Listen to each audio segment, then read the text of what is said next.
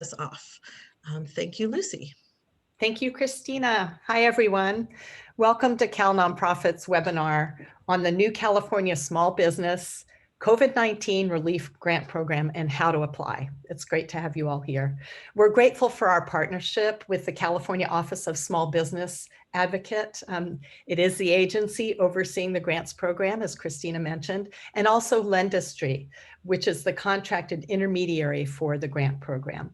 And we're just glad to be partnering with them to bring you this webinar today that is focused on nonprofits in particular.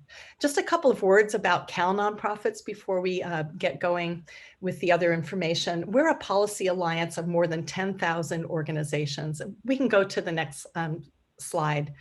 Thanks. We're a policy alliance of more than 10,000 organizations throughout California. We're a membership organization, so our members elect our board, for example.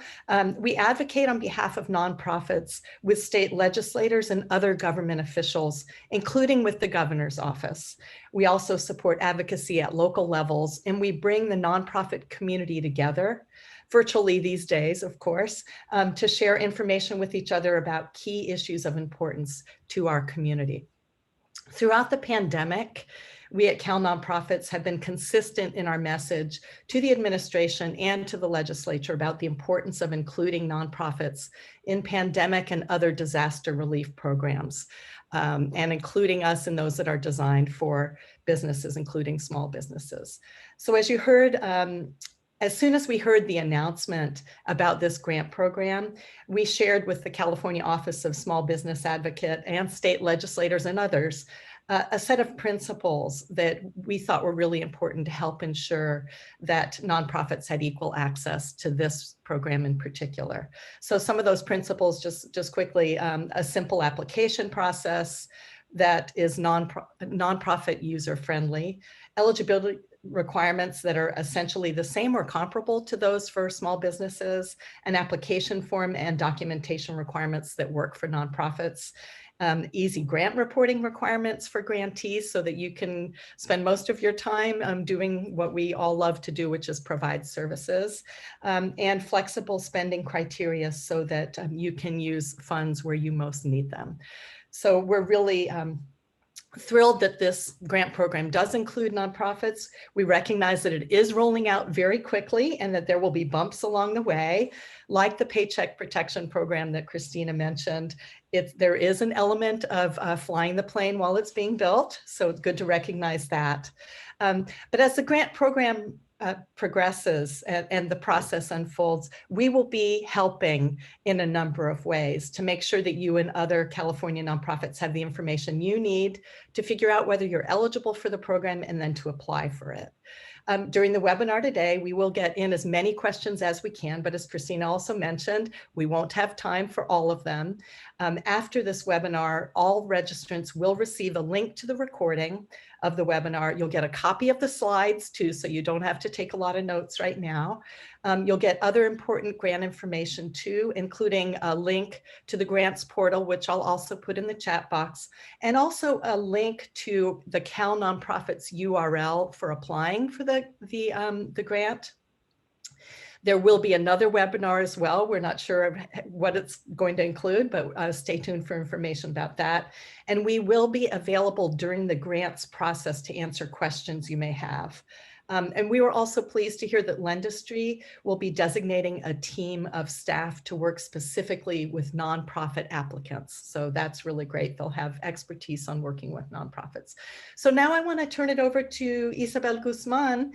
She is the director of the California Office of Small Business Advocates in the Governor's Office of Business and Economic Development, known as GO-Biz. And she's one of the key leaders overseeing this grant program. Isabel, I'll turn it over to you. Thank you. Thank you so much, Lucy, and all of the folks at CalNonprofits. You've been incredible during this process. And I know I might have spoken to many of you before when we connected on the Paycheck Protection Program. And so just wanted to, though, go back and give you a little bit of information about my office as we're here as a resource to nonprofits as well. It is the California Office of the Small Business Advocate, but of course, small businesses are both for-profit and nonprofit. And so we serve as the voice for for all. We provide information and resources, as well as advocate on issues that are really critical, access to capital and resources, access to marketplaces, and access to networks.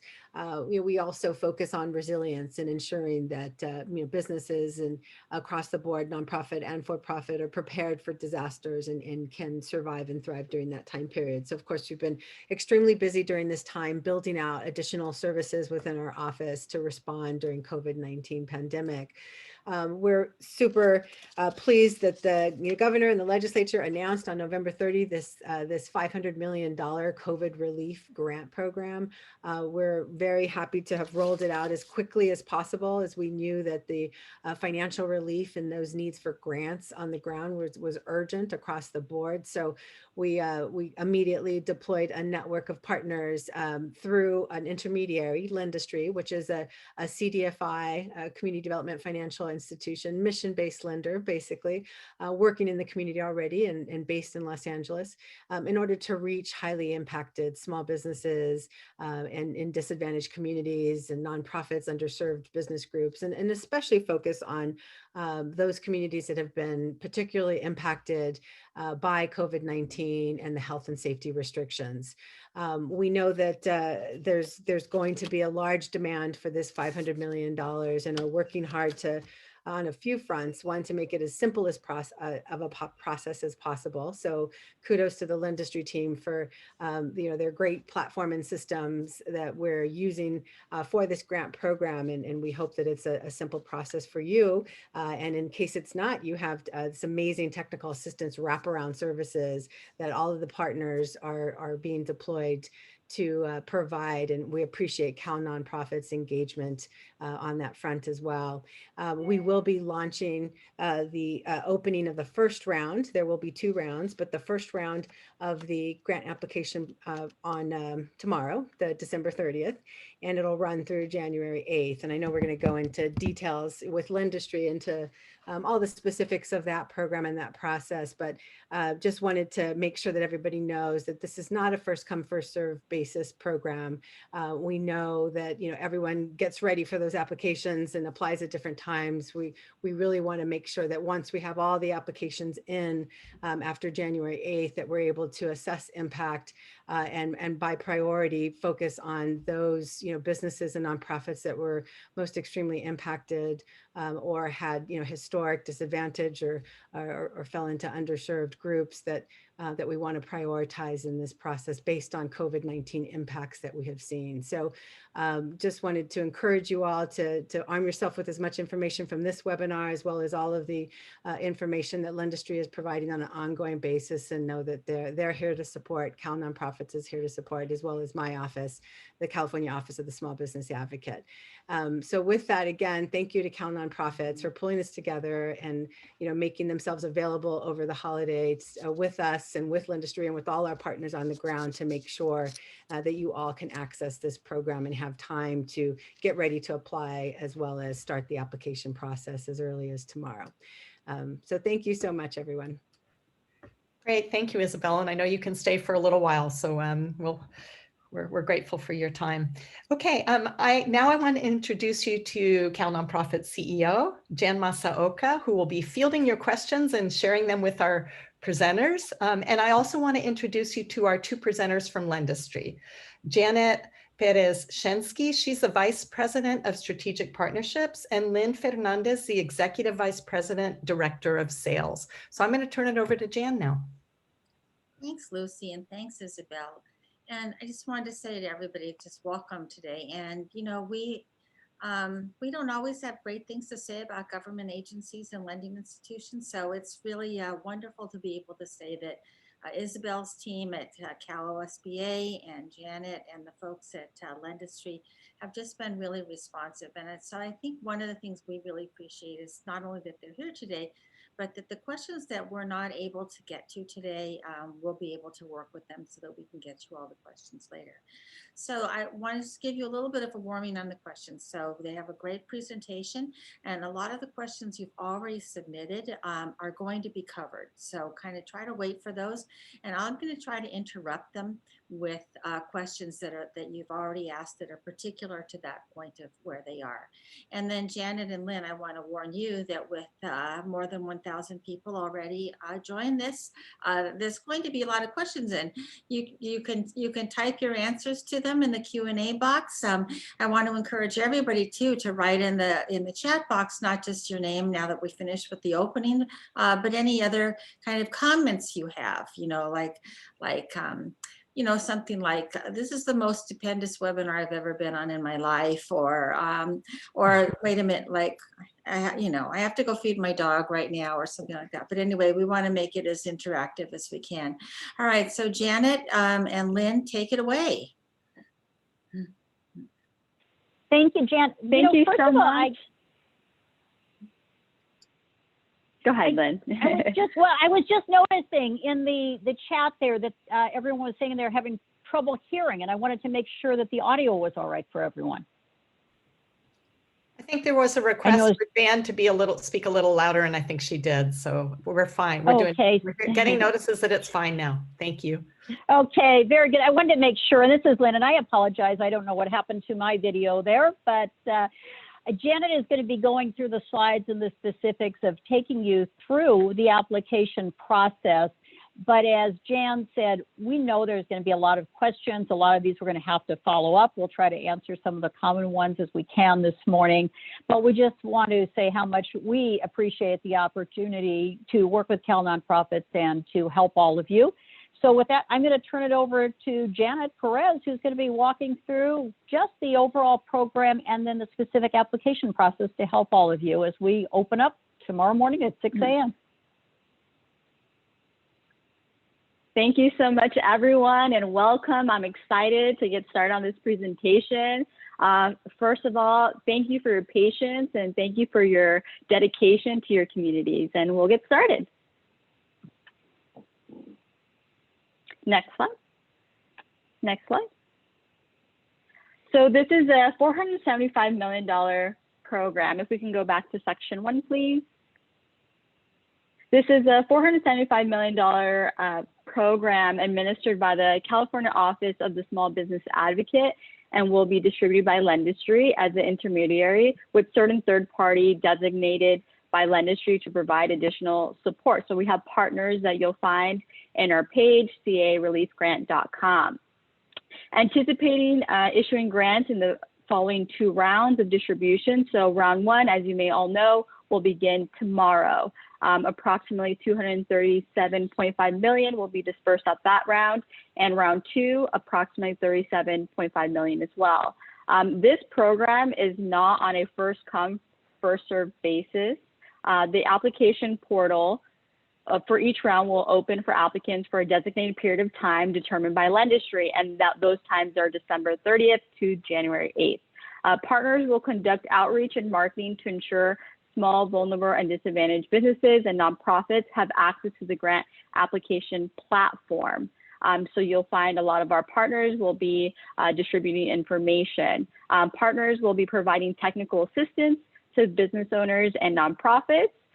They'll also be giving that information in different languages. So you can search on our website based on the language or the county area that you're located in. Once applications are received, Lendistry will process for eligibility. Once rounds are closed, grant awards will be distributed based on the program priority factors. So it's going to be a committee of Lendistry team members who will confirm the scorecard creation. We want to help those that have been mostly impacted by COVID-19.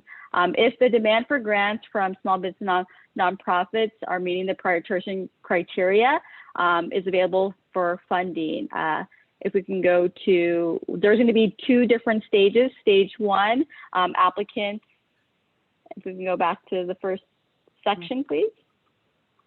I'm sorry, everyone. I'm going to go ahead and move my little box with the camera in it. Applications received in each round will be processed in 2 stages. So stage 1, applicants are going to upload selection financial documents, identification documents, and a business certification regarding accuracy and truthfulness of information submitted. Then there's going to be a stage 2. Eligible applicants will be requested to provide additional documentation for grant disbursement. This is going to be legal documents, and we'll go into that further on the next slide. Lendistry will distribute grants on behalf of the state of California to approve small businesses and nonprofits. Lendistry will arrange to deliver applicable tax forms to grantees. Next slide, please. Wait a second, Luce. Wait a second, Janet. I have a question. Okay. So first of all, I wanted to Sure, say, of course. we really appreciate the fact that it is not first come, first serve like PPP was.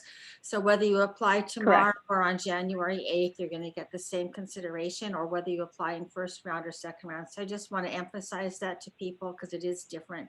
And the other thing I wanted to say is that California Association of Nonprofits, we've now been qualified as a partner. So even though we're not yet on the site by county, and Lucy will be posting our link, and we want to encourage you to apply through California Association of Nonprofits to help demonstrate kind of the power of the nonprofit community. Thanks. Okay, back to you. Of course. And we'll be pausing to hear some remarks from Jan as she answers any questions you may have. So eligible businesses must have a physical address and operate in California. A small business or a small nonprofit must satisfy the following criteria to be eligible to receive a grant. Award. Must meet the definition of an eligible small business. See definitions. So eligible small business means that you have revenues no greater than $2.5 million. So that's what we define as small business. Active businesses or nonprofits operating since at least June 1st, 2019. Businesses must currently be operating or have a clear plan to reopen once the state of California permits reopening of the business. Businesses must be impacted by COVID-19 and the health and safety restrictions such as business interruptions or business closures incurred as a result of COVID-19 pandemic. Businesses must be able to provide organizing documents including 2018 or 2019 tax returns or Form 990s. Copy of official filing with the California Secretary of State, if applicable, or local municipality for the business, such as one of the following: articles of incorporation, certificate of organization, fictitious name of registration or government issued business license. Businesses must be able to provide acceptable form of government issued photo ID. Applicants with multiple business entities. So when we're talking about nonprofits, typically a nonprofit, you're going to have someone in the management team apply on their behalf. Unlike a small business, you'll have multiple owners. With a nonprofit, you're going to have someone within the organization who's going to be applying on behalf of the nonprofit. So next, please. So when you say a government, okay, go ahead. A government, so for example, the person who's doing the application, their California driver's license, would that be acceptable, or their California ID? Is that what? Correct. That is acceptable. Okay. Right. Yes, and a then, government issued ID. And then, you know, we have several questions about location. So one is, if you have a post office box, does that mean does that make you ineligible? We're not going to be accepting PO boxes as addresses, so we do need to have a physical address available. Thank you. And then what if you do have a physical address, but most of your work is either online or international? Is that okay as long as you're located in California? So yes, you have to have a physical address and operate in California. But so operating would include being online, for example, when you're sort of in cyber world. I could jump in as well. I mean, the intent is really to support California nonprofits. And so we want you to be serving the people of California. And so if you're doing that online, of course, everyone's doing everything online these days. We completely appreciate that. But the operating is really to get to the point that you're serving Californians. Thank you. I do have to say, Lucy and I have already gotten questions from Maine and Wisconsin asking if they could apply. And it was like, no. Yeah, this was not federal funded. This was California state money. So it is definitely only Californians. What about churches and religious organizations? Are they included here or not? Faith-based are not included for the purposes of the grant. Churches, did you say? So churches and houses of worship Would not be included. not be included. Okay, thank you. Sorry, okay, sorry, Janet, back to you. It's okay. Next slide, please. All right, so let's talk about ineligible businesses. Businesses without a physical location in California, nonprofit businesses not registered as either a 501c3 or 501c6, government entities other than Native American tribes or elected official offices. Businesses primarily engage in political or lobbying activity, regardless of whether such entities qualify as a 501c3 or 501c6. Passive businesses, investment companies, and investors who file a Schedule E on their personal tax return. Churches, this answers the question, churches or other religious institutions, regardless of whether such entities qualify as a 501c3 or 501c6. Financial businesses primarily engage in the business of lending, such as banks, finance companies, and factoring companies. Businesses engage in activity that is illegal under federal, state, or local law. Businesses of apparent sexual nature, including businesses which present live performances which derive directly or indirectly more than minimum gross revenue through the sale of products and services.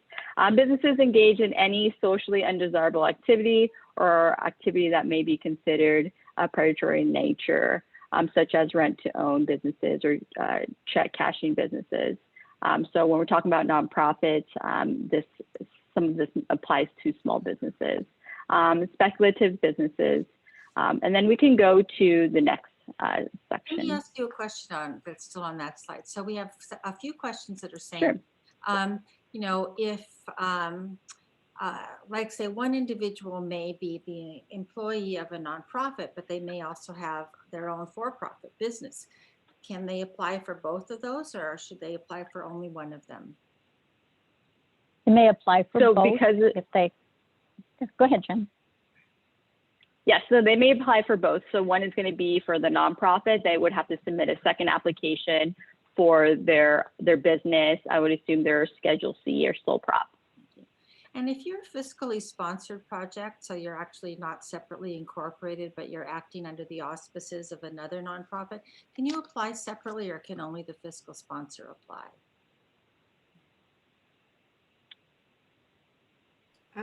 Lynn or If I Isabel? could jump in on intent, the intent is that we're going to be oversubscribed. We don't want people getting multiple grants because we want everyone to be able to have a chance. And so yeah, I realize that there are very specifics around this rule, but we don't want you to apply for multiple nonprofits that you have, just like we are not letting small businesses apply for multiple locations that they have. It is not the intent that they should get 25 or 15 or 10 or whatever the amounts are for every single location. No, recognizing that we have 4.1 million small businesses alone, plus our nonprofits, and we're not going to have the capacity. So keeping that in mind, that's the intent and the policy on the program. You'll find that within your certifications that you're going to have to provide, certifying that you are not applying for multiple grants. Thank you. All right, let's talk about uses of funds. So eligible uses of funds, only the costs incurred due to the COVID-19 pandemic and the health and safety restrictions such as business interruptions or business closures incurred as a result of the COVID-19 pandemic. The following are the eligible uses of grant funds.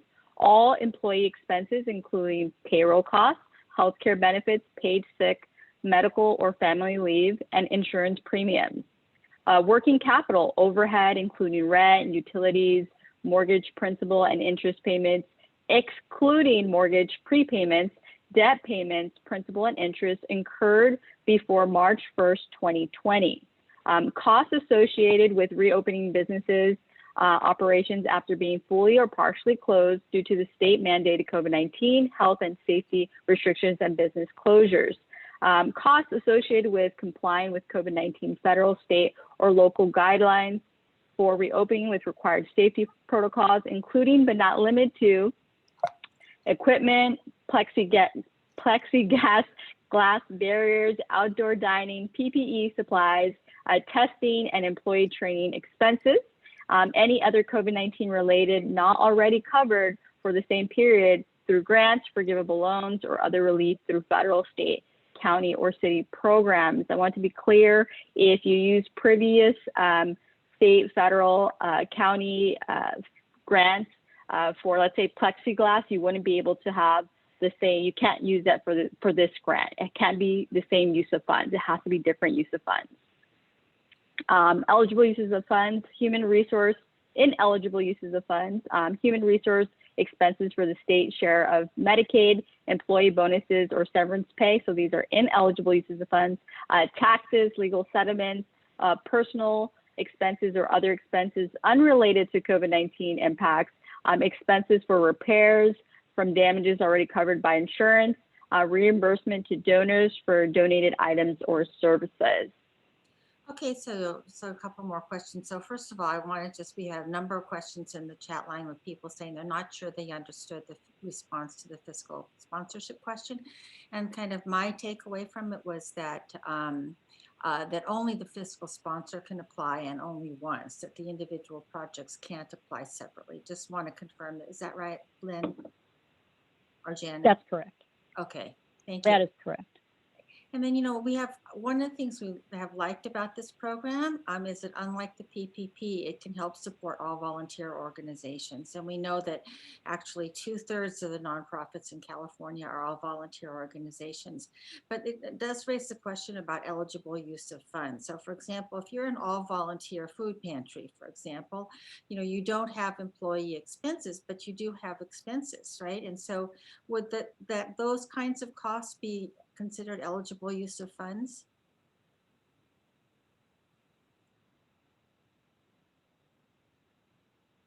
Can you say that one more time, Jan? So let's just say you're an all volunteer organization that doesn't have any staff and you operate a food pantry, let's say inside of a church or a community center. So you don't have employee expenses. Can you use the funds that you do use, that you do have to spend, for example, on supplies and food and janitorial and things like that? Can you use it on stuff like that? There will be other expenses, and I think, Jan, we can probably get some more information as to what those might be specifically, but yes, there will be room for some other allowable expenses. It would not only be employees. Okay, thank you. Mm-hmm.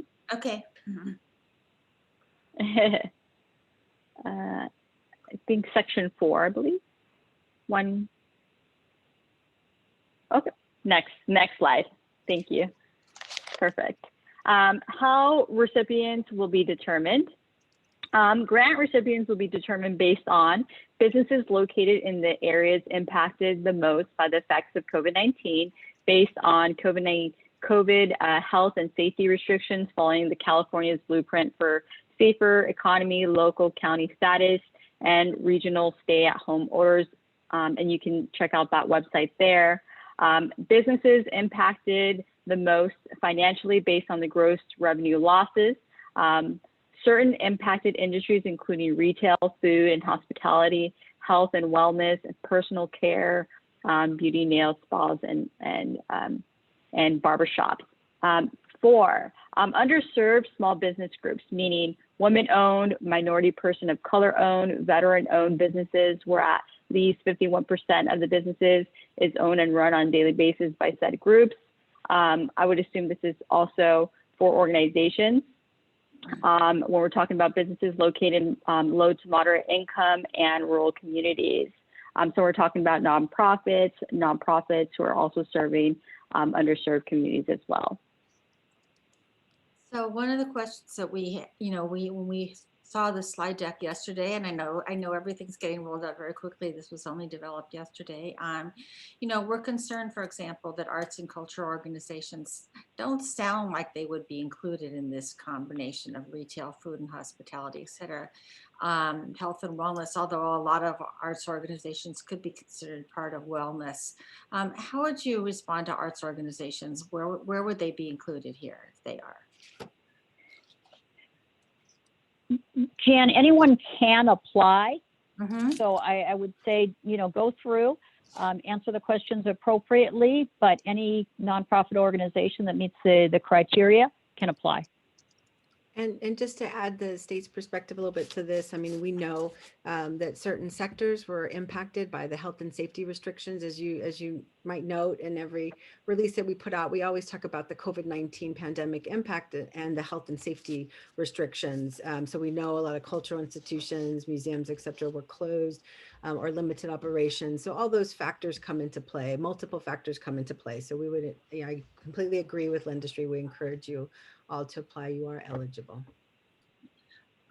But so because nonprofits, these points about, being minority owned and these other things, those that obviously doesn't apply because nonprofits aren't owned by individuals. But do these other points, the LMI, the census tract, for example, and rural, do those apply to nonprofits?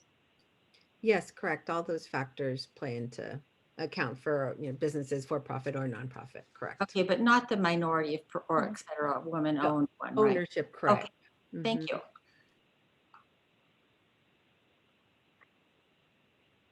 Next slide, please. So grant funding structure. So you'll see here, if you have annual gross revenue between 1,000 to 100,000, the grant award available for the organization will be $5,000 grant. Annual gross revenues greater than 100,000 up to 1 million would be a $15,000 grant. Annual gross revenue greater than a million up to 2.5 million would be a $25,000 grant. However, when you apply online and you're only seeking, let's say, $2,000, we will grant you the $2,000. However, the max, depending on your revenue, will be limited to those grant amounts from 5,000, 15, and 25,000.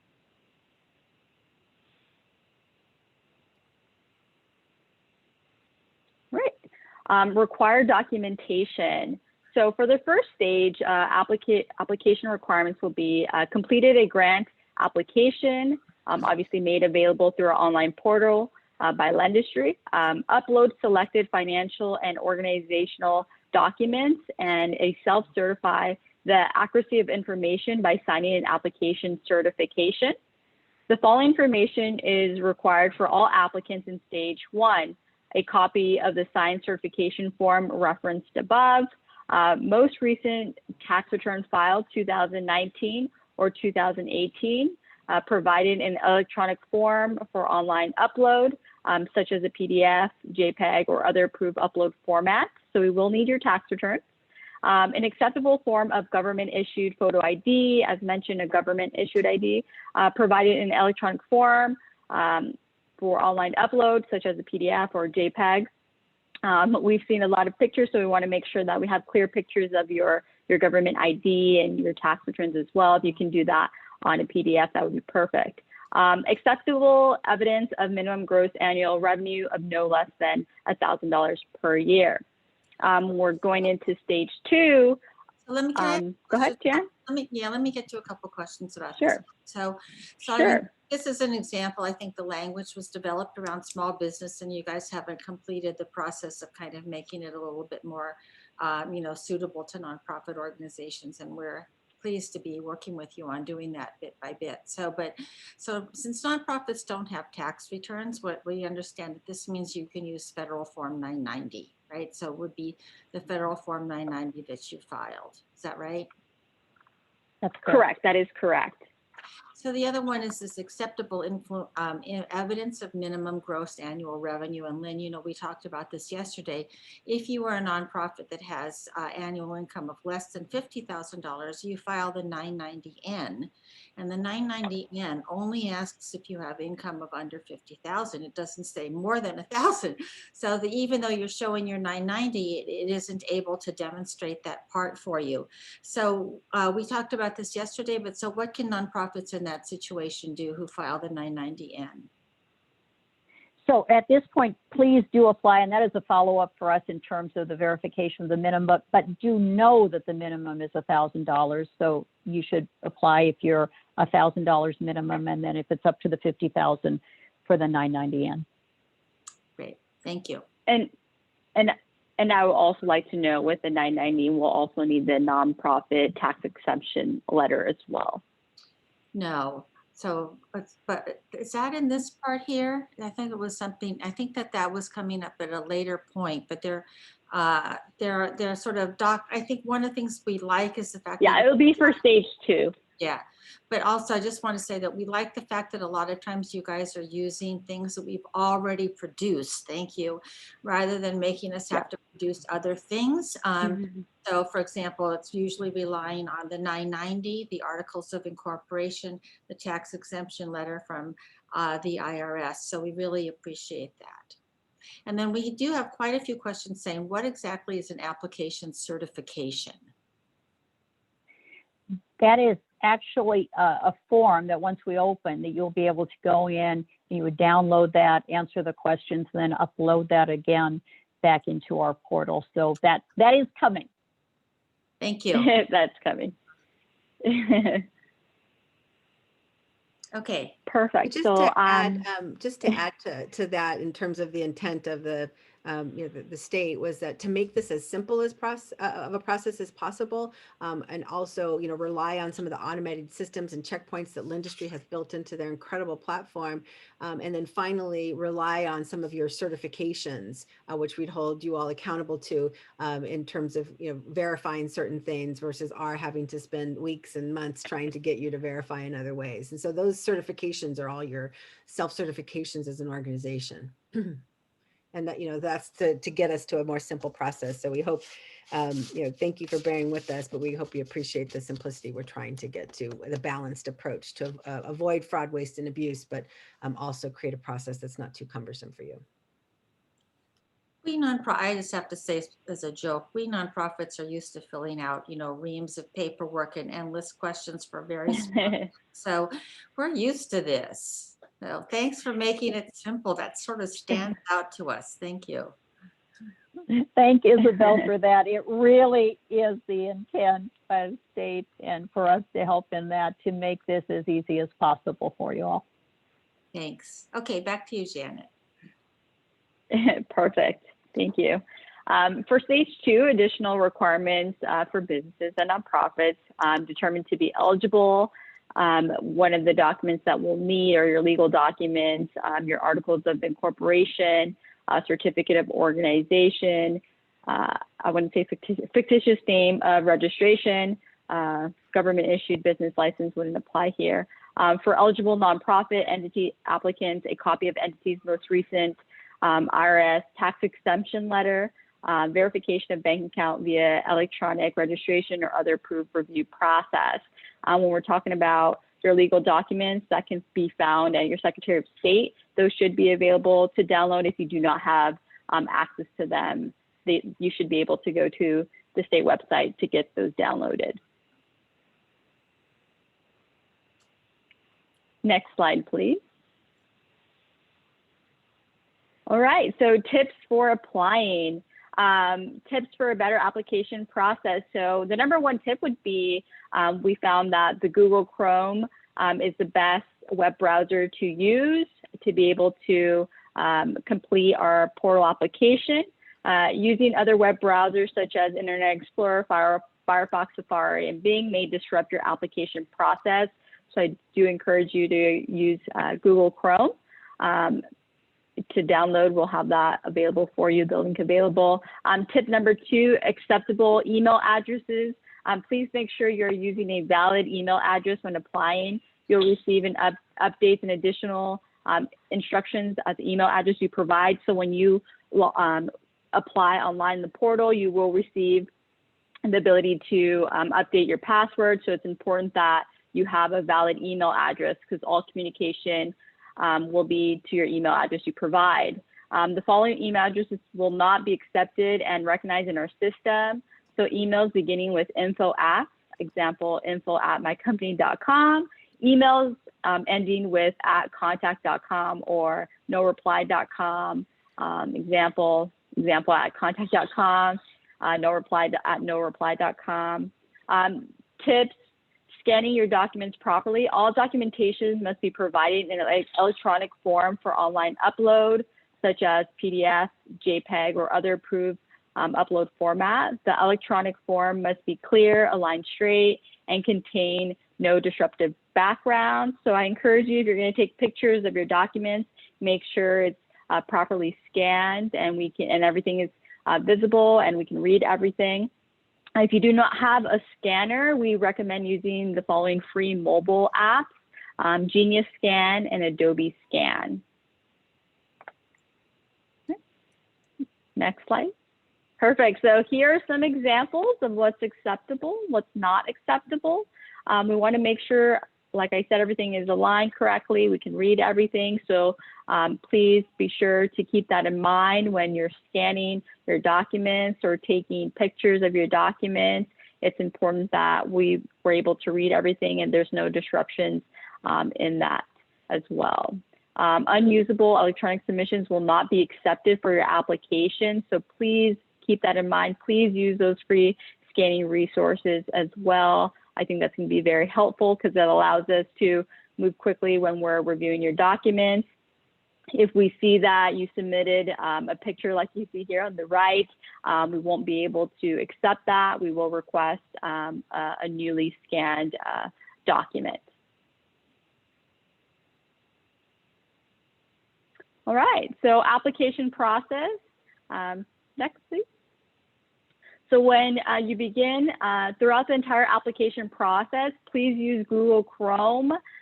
Using other web browsers, like we mentioned, may disrupt your application process. Important note, the state of California has designated Lendistry as the intermediary to distribute grants under this grant program. Throughout the entire grant application process, you will receive updates and communication from Lendistry. So if you see any emails from Lendistry, we are the ones helping. We're the ones that are going to be communicating with you throughout this process. Instructions on the California Relief Grant Program homepage. Click on Find Grant Now to find a grant that your business or nonprofit organization may be eligible for.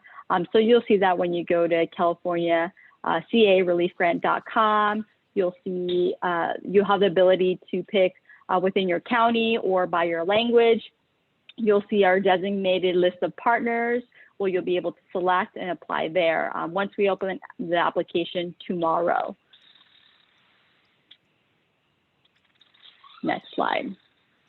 So instructions, there are two different grant applications. One's for-profit businesses, the other for nonprofit organizations. So please, if you're a nonprofit, click on the nonprofit organization application. Important notes, you may only submit one application. Submitting multiple applications for one business may disrupt your application process. Applicants with multiple businesses, so if you have multiple nonprofits or part of multiple nonprofits, we just need one for each nonprofit. Just make sure you don't apply multiple times. If you forget your password, we do have a button that allows you to reset your password. So that's important to note as well. Do not apply multiple times. That will disrupt the application process.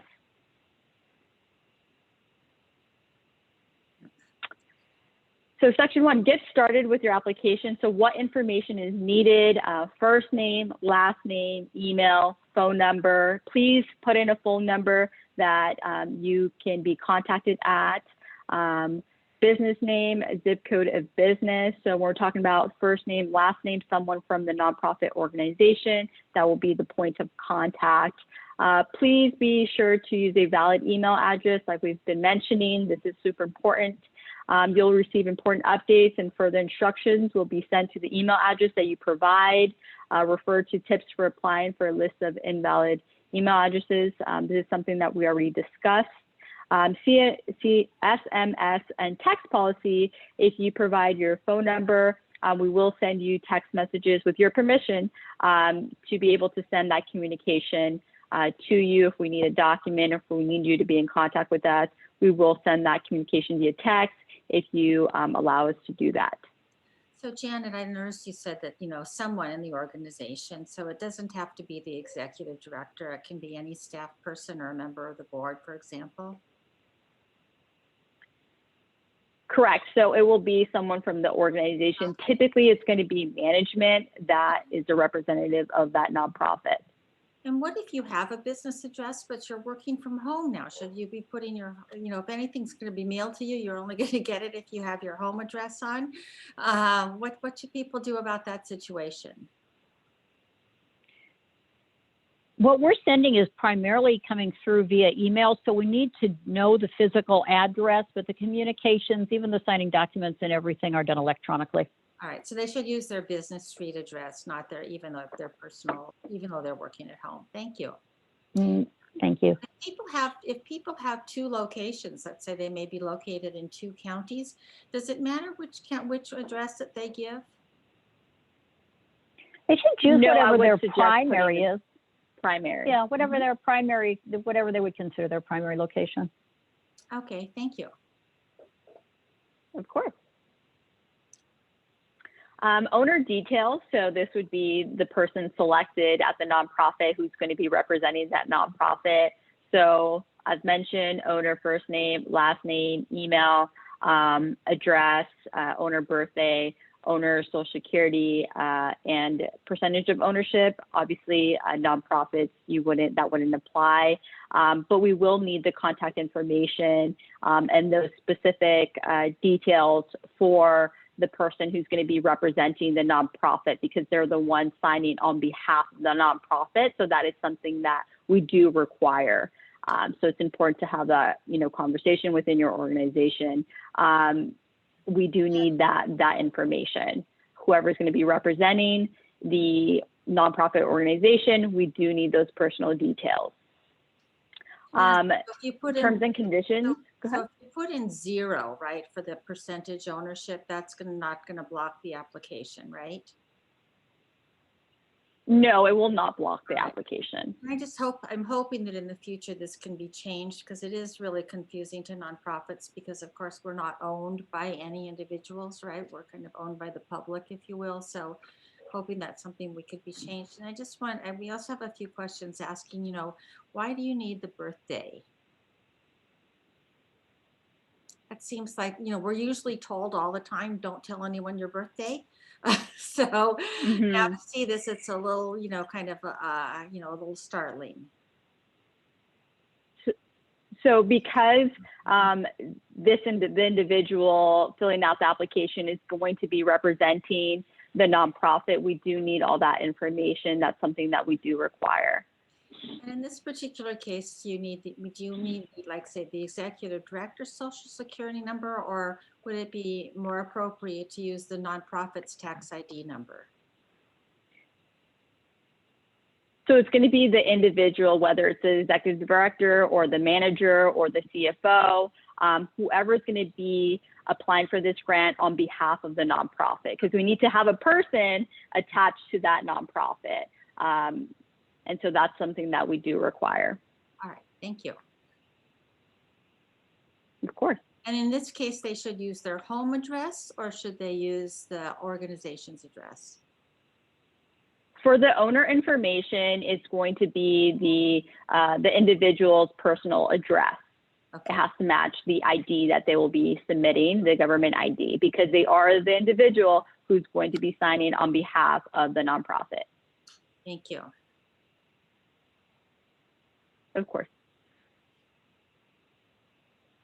All right, so you'll need to check the box to acknowledge that you have read and agreed to the terms and conditions. You must agree in order to move forward with the grant application. And once you go into the portal and you start your application, you'll see the details out there, and you'll be able to get more information on what those terms and conditions are.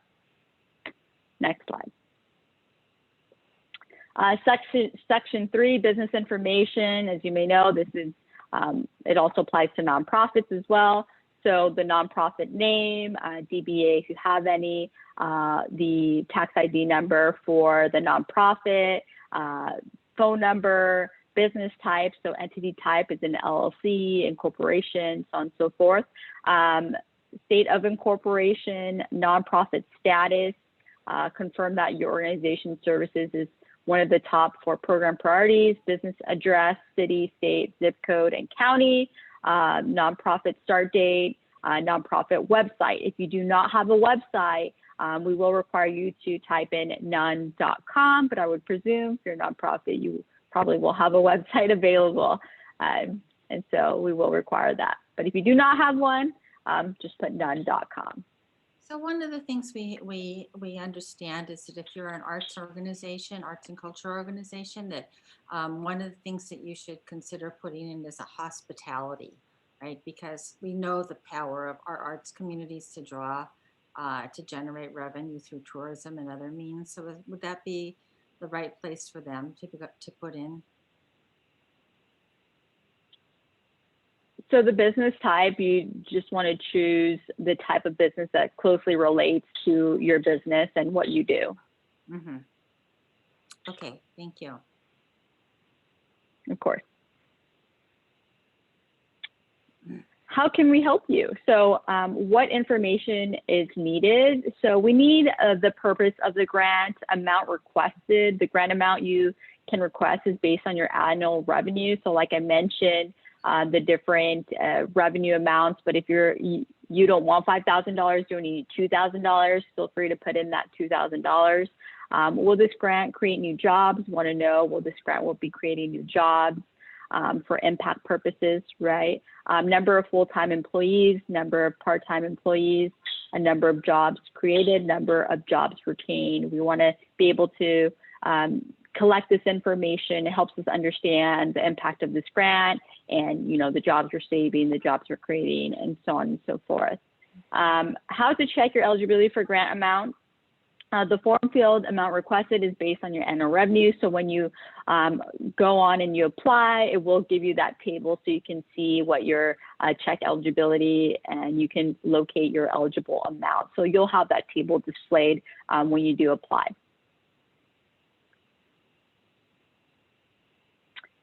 Business demographics, so this would be your nonprofit demographics. Who's your customer base? What does your business do? What type of business is it? Like I mentioned, you want to select those that are most accurate to what you do.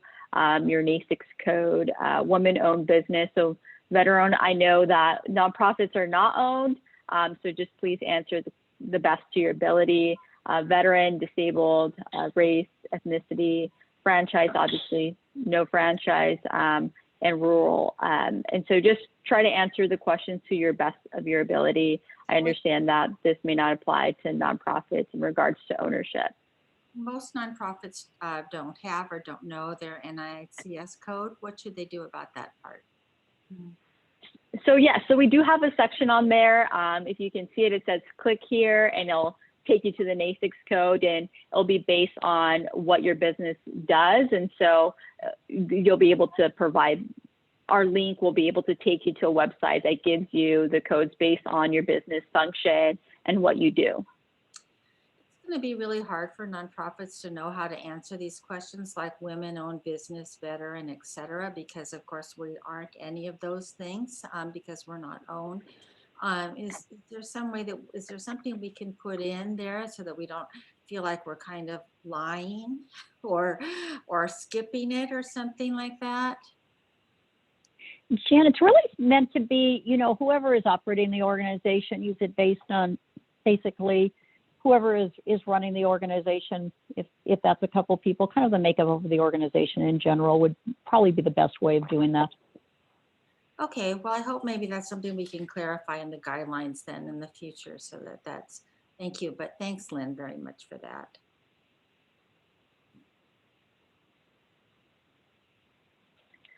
Disclosures, these are specific questions about your organization that you'll need to answer. And I'm going to go ahead and pull that up on my end so I can be able to read that. One moment, please. All right, so the first question is at least 25% of the nonprofit's revenues are derived from services in the following categories: food security, housing, security, childcare, workforce development. So these are going to be questions related to your organization, related to COVID-19. So the second question is, during the last 9 months, has the nonprofit received any COVID-19 related emergency grants? So these are all questions pertaining to your organization and how you've been impacted with COVID-19. So please make sure those answers are accurate. Some will be yes or no questions. Some will be specific questions in regards to your revenue as well. So these are some of the disclosures that we'll be asking you. So I think this particular section was only published yesterday, well after we had publicized this webinar. So we have a couple of specific questions about it. So, you know, one part is that, you know, it would appear from this that a lot of arts and culture organizations would be, again, ruled out on this basis, as well as other organizations like preschools, for example, you know, or after school programs. You know, what are your responses to that?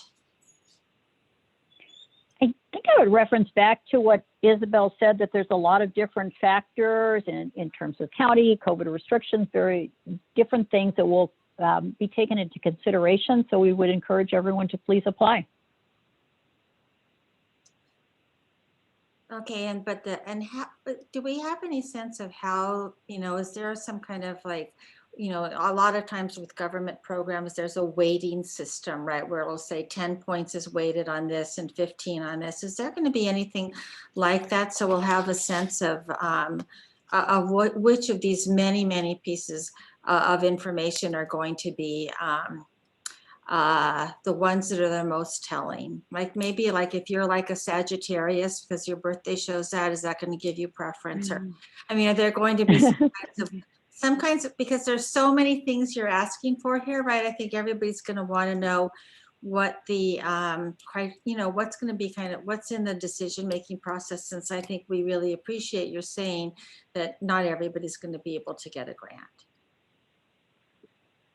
That's correct. And we don't have specifics. That's why we're asking for a lot of different pieces of information that will all be taken into consideration.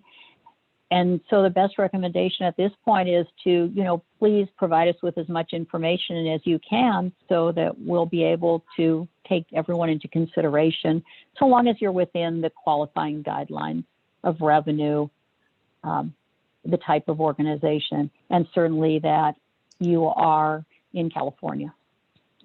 You know, we just have a number of questions that have come up about something before, which is, you know, having to fill out these things like, are you women owned or not? So, so for example, some people are asking is if the executive director is a woman, does that mean you can put down that you're woman owned? Or if the board is 50% women or more, can you put down women owned? I mean, is there, you know, we need a little bit more help on that since we aren't owned. Right, and I understand you're saying that. So yes, if the executive director is female and would put that in there as woman-owned, that would be fine. Remembering that you're going to be answering disclosure questions and there will be an application certification. So there will be things that are more specific to the actual nonprofit than some of these questions. Well, since that we know that 2/3 of small nonprofits have women executive directors, we might look good on that question then. Okay, thanks. Okay. Perfect. Next slide, please.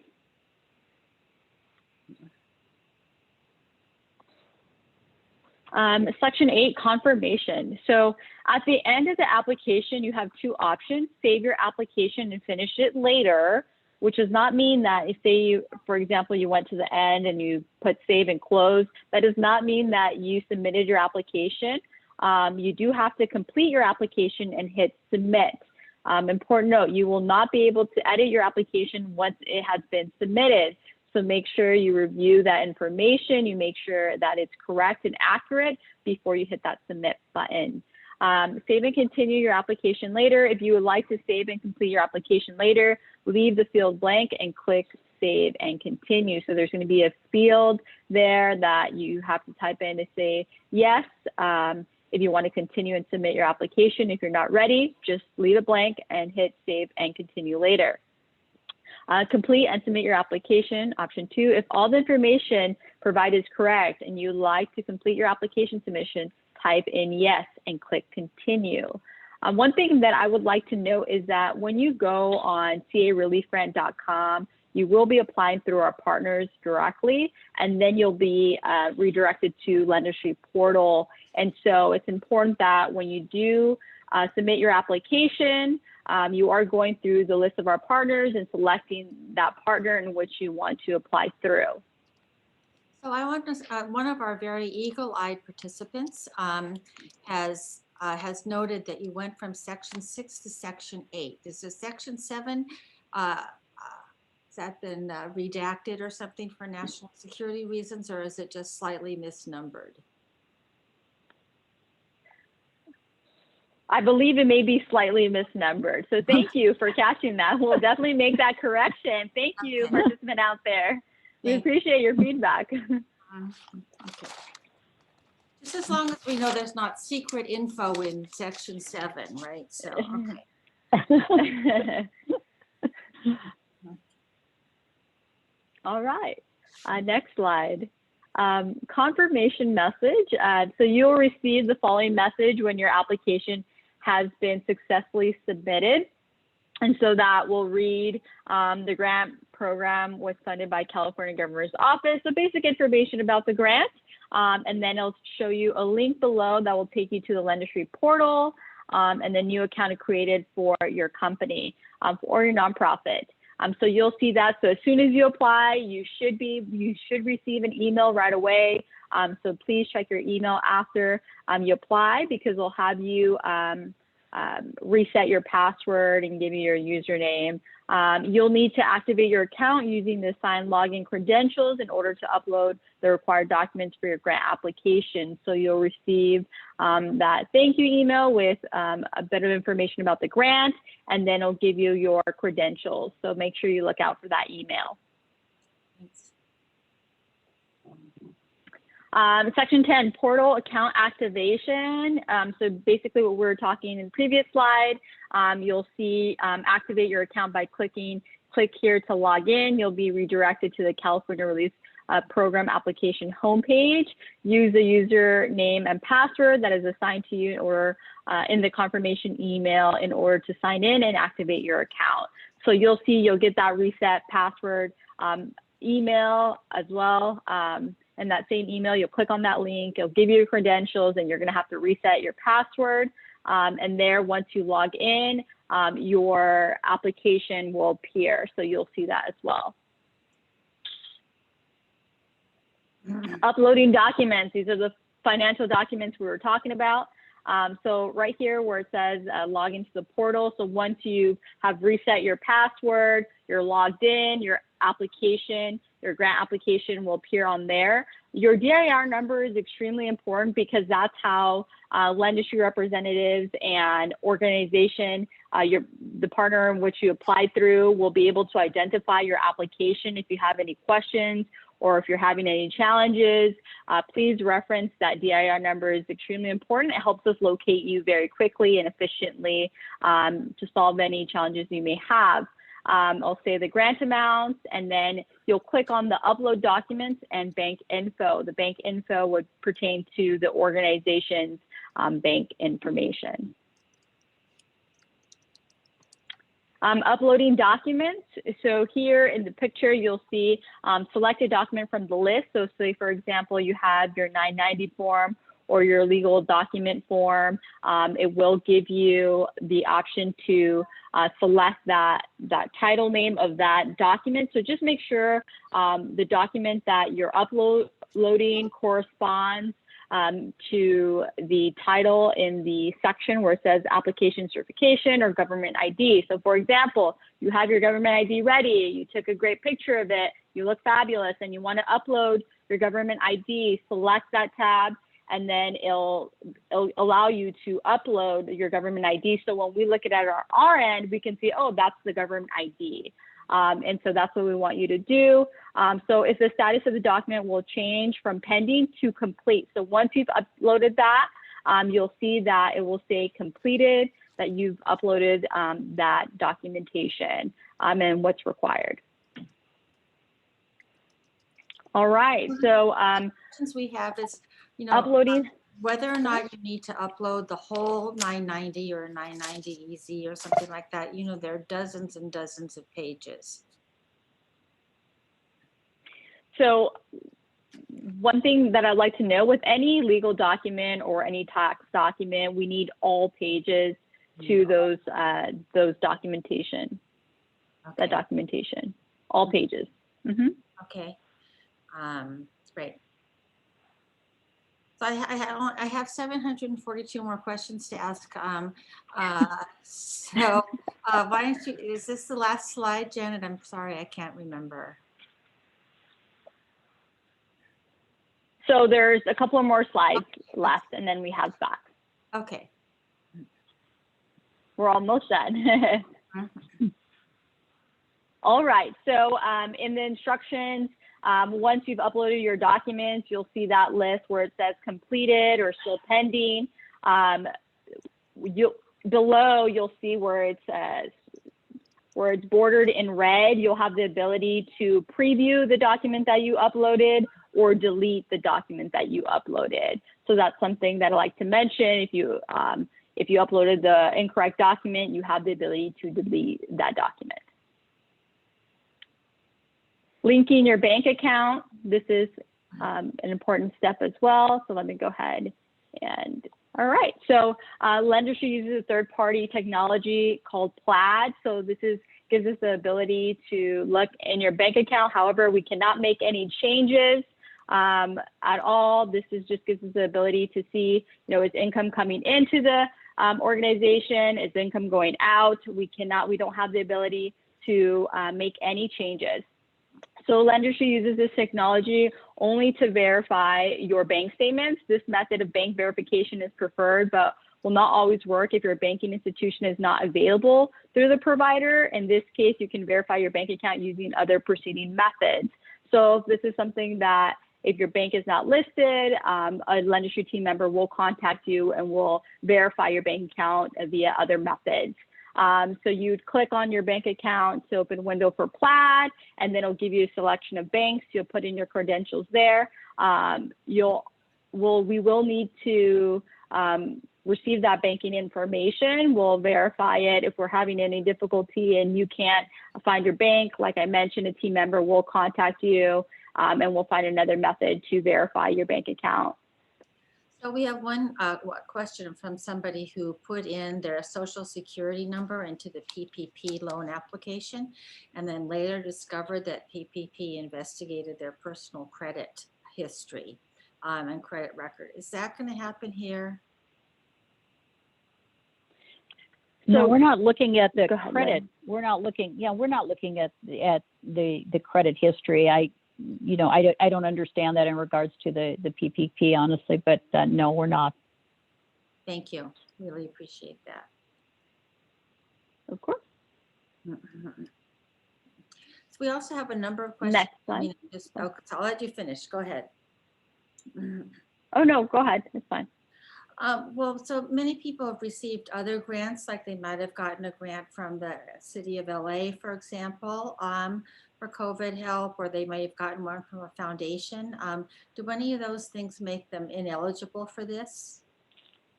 No. Okay, great. Thank you. Okay, All right. go ahead. Go Next ahead, slide. Janet. All right, next slide. Next slide is just an overview of the program. The most important thing is the application does open December 30th, so tomorrow at 8 a.m. It's actually going to be 6 a.m., so we'll make those corrections. It is going to be 6 a.m. Application closes January 8th, 2021 at 11:59 p.m. Start of approval notification will be January 13th, 2021. And so how long between, again, it's great that it's not first come, first serve, but so if you apply within this first group by January 8th, what's the last period that you might be expecting to hear? Like if you don't hear back by a certain time, or so this says approval notification, but it isn't saying sort of like denial notification. So with the first round, you would be getting potentially an approval notification or a waitlisted notification, meaning you would be considered for the second round. So you wouldn't apply twice for this. If you're in the first round and you're not selected, you would remain in there and be under consideration for the second round. If for some reason you were unqualified, for example, the revenue was over the guidelines, then you might be unqualified for that if you did not meet the program guidelines.